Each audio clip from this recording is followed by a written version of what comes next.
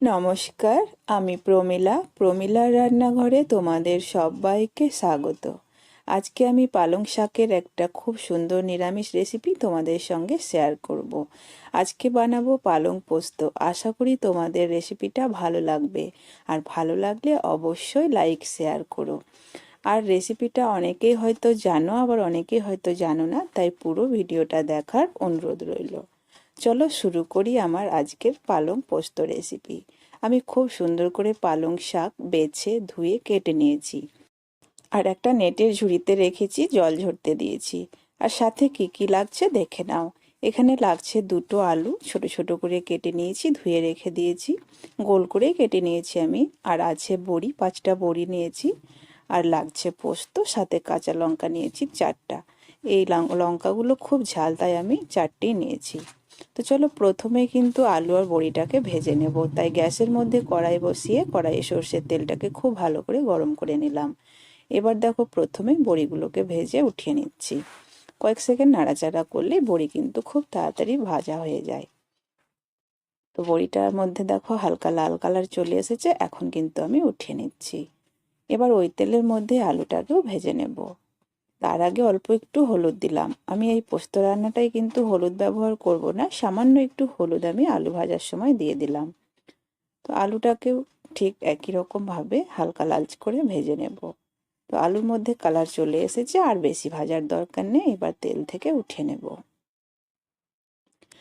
তো এবার আলুটাকে আমি উঠিয়ে নিচ্ছি। খুব সহজ রেসিপি, আর সম্পূর্ণ নিরামিষভাবে বানাচ্ছি, ভীষণই সুন্দর লাগে খেতে। এভাবে বানিয়ে দেখবে, যারা পালং কখনোই পছন্দ করে না তারাও কিন্তু এই শাকটা খেয়ে নেবে। আমি ওই তেলের মধ্যে দিয়ে দিয়েছি দুটো শুকনো লঙ্কা, এখন দিলাম হাফ চামচ মতো গোটা জিরে। ফোড়নটাকে খুব সুন্দর করে ভেজে নিচ্ছি।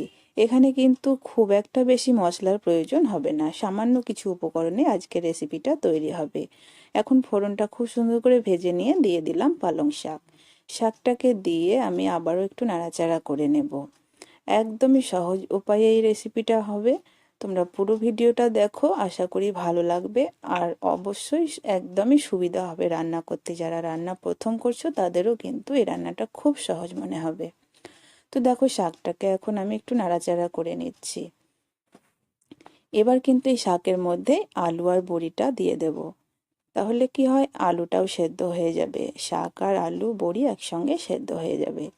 তো আলুটা দিয়ে দিয়েছি আমি, এবার বড়িটাকে একটু ভেঙে নিয়েছি।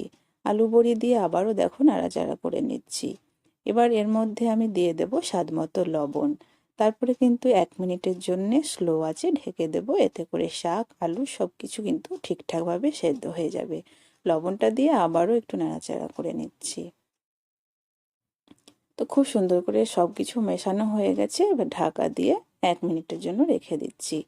এই শাকটা থেকে অনেকটাই জল বেরোবে, আর এই জলটাতেই কিন্তু শাকটা সেদ্ধ হয়ে যাবে। তো ঢাকাটা খুলে নিলাম 1 মিনিট পরে। একবার নাড়াচাড়া করে দিচ্ছি আর দেখে নিচ্ছি আলুটা ঠিকঠাক সেদ্ধ হয়েছে কিনা। তো আলুটা মনে হচ্ছে আরও একটু সেদ্ধ হবে, তো আমি আবারও একটু নাড়াচাড়া করে দেওয়ার পরে স্লো আছে আবারও 1 মিনিটের জন্য ঢাকা দিয়ে দিচ্ছি। ততক্ষণে পোস্তটা আমি বেটে নিই।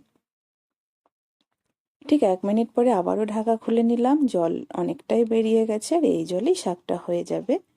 তো একটু নাড়াচাড়া করে নিচ্ছি আর দিয়ে দেব এখন বেটে রাখা পোস্ত। তো এখন আমি পোস্ত বাটাটা কিন্তু এর মধ্যে অ্যাড করে দিচ্ছি। পোস্ত দিয়ে কিন্তু সঙ্গে সঙ্গে একটু নাড়াচাড়া করে নেবে। পোস্ত দেওয়ার সঙ্গে সঙ্গে কড়াইয়ের মধ্যে একটু ধরে যাওয়ার প্রবণতা থাকে। যদি প্রয়োজন পড়ে একটু জলও দিতে হবে, অবশ্যই আমি অল্প একটু জল দেব। তো খুব পোস্ত দিয়ে খুব সুন্দর করে নাড়াচাড়া করে নিলাম। এবার আমি প্লেটটা ধুয়ে অল্প একটু জল দিয়ে দিচ্ছি এর মধ্যে। খুব একটা বেশি জল কিন্তু দেব না, যেহেতু রান্নাটা কমপ্লিটের দিকেই। আর এখন পোস্ত দেওয়ার পরে খুব একটা বেশিক্ষণ ফোটাবও না, একটু নাড়াচাড়া করে মিশিয়ে নিলাম জলটা। এবার ঢাকা দিয়ে আবারও স্লো আছে 1 মিনিট রেখে দেব। তাহলেই কিন্তু আমাদের পালং পোস্ত একদমই রেডি হয়ে যাবে। ঠিক 1 মিনিট পরে আমি ঢাকাটা খুলে নিলাম। রান্না করতে ভীষণই কম সময় লাগে, কম সময়ে কম উপকরণে একদম সুন্দর একটা রেসিপি তৈরি হয়ে গেল। এই রেসিপিটা ভীষণই ভালো লাগে গরম ভাতে।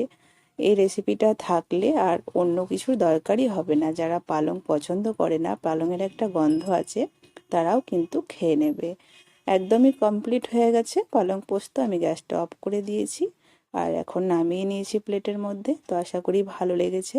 ভালো লাগলে অবশ্যই লাইক শেয়ার করো, আর আমার চ্যানেলে যদি নতুন হয়ে থাকো চ্যানেলটাকে প্লিজ সাবস্ক্রাইব করে দিও। আর এরকম ঘরোয়া রেসিপি পেতে পাশে থাকা বেল বাটনটি কিন্তু ক্লিক করতে ভুলো না। আজকে এ পর্যন্তই, দেখা হবে পরের ভিডিও।